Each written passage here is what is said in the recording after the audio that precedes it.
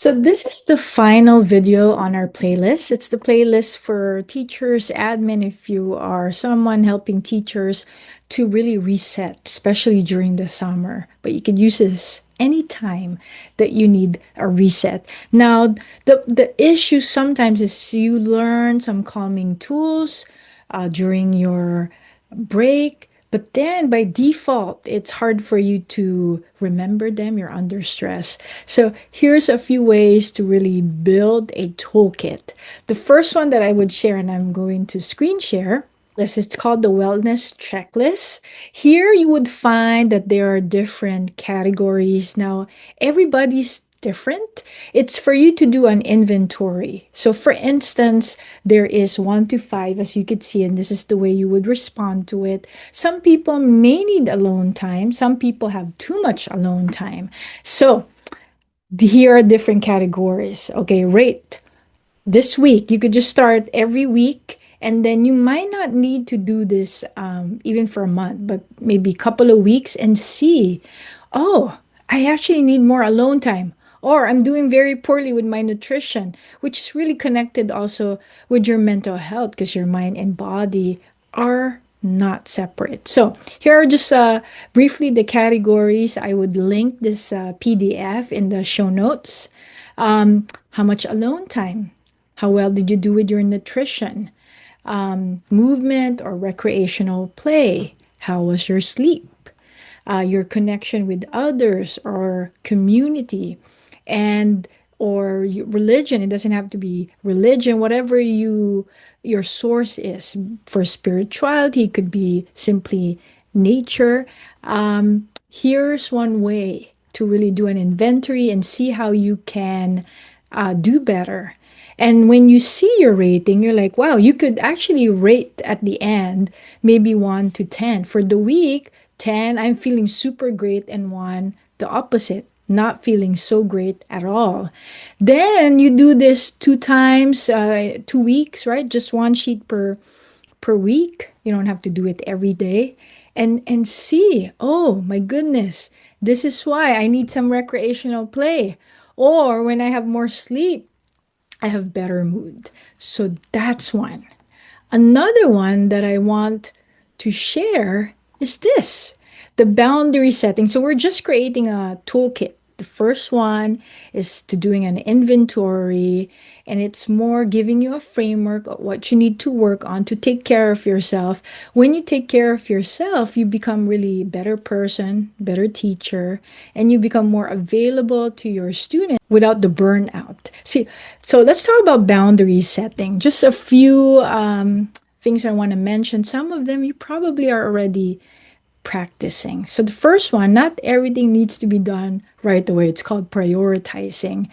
And I know when you teachers, other teachers or the admin gives you tasks or there's something really sounding important, don't go with the sound as far as how important it is. So boundary setting, the first one, not everything needs to be done right away. I'm sure you understand this, but it's harder to practice, to prioritize, especially if a parent called you or the principal wants you to do something. Of course, you would prioritize what needs to be done first. It's almost like the house is burning. There's many things you want to save, but there's a baby. You probably would have to pick up the baby first. So, of course, it's partly common sense, what works for you, what makes sense. But also, I think the caveat there is sometimes it sounds like you have to do it right away by the sound of the person asking you what you need to do or giving you that assignment. And you actually have the agency to accept it, but to really, unless it would cost your work for sure. But sometimes the second point is you teach how people respect your boundaries by respecting your own. So if you keep accepting something from your principal and you have to do it right away, they also get used to doing that. So now I'm mixing 1 and 2. So, for instance, as a therapist, people would text me, but they also know that I only check my messages a couple of times a day. So even though I sometimes want to respond, I wait for the slot that they know I'm checking it so that I teach them how I'm responding. And that's what they're expecting. And it's a win win situation for us. They know I'm not ignoring them. And then I get the space to get a breather, but also to respond to them in a more intentional way. The third one is that the sky is not falling. It's very similar to what I said in the first one. People learn to self-regulate when you don't rescue them right away, except if we're dealing with young children, for sure. But even when we have older children, they do need to self-regulate. We see a lot more children that are dysregulated. It's not always the role of the unfortunately of the teachers to do this, but also for mainly for the parents to help their children. But you're put in a position now that it's really hard to teach a lesson if children are not self-regulated enough. I know this because I homeschool my children. I would not be able to get lessons in ELA or math if my children are not self regulated enough. So, to remind yourself, all things shall pass. It's not religious, but it can be. The sky is not falling.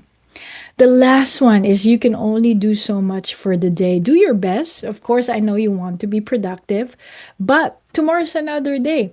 I love post-it calendars where I have a board and I post things, things happen, and I move the post-it so I don't feel so bad that, oh my gosh, I didn't get to check off that box. So, we talk about having a framework, boundary setting. The last thing I will talk about today, because I want you to be well, because I love teachers. Teachers really are the hands that move the world, aside from mothers, right? And you might be a teacher mother. And the last one is to create a ritual. So by default, you probably, the stress that you might have at work permeates into your home. And it's really to give you separation is to create a ritual. So, an example of that, and I'm going to stop screen sharing. An example of that is just for me, I would stand up, I would kind of brush my all over, and it's like it's a visual, it's a reminder that I'm washing away things that stuck with me throughout the day. I might hum for like just 1 minute. So, just a ritual before you could do this, maybe in your car before you get out of your car into your home or just by your front door, someplace that you would not look weird. And you just go like that and kind of brushing and then just humming. Hmm, hmm. I hope this has been helpful to you. When you're doing all these practice, of course, I make them a little bit more fast paced. Again, in reality, slow is the fastest way to healing. I hope this has been helpful to you.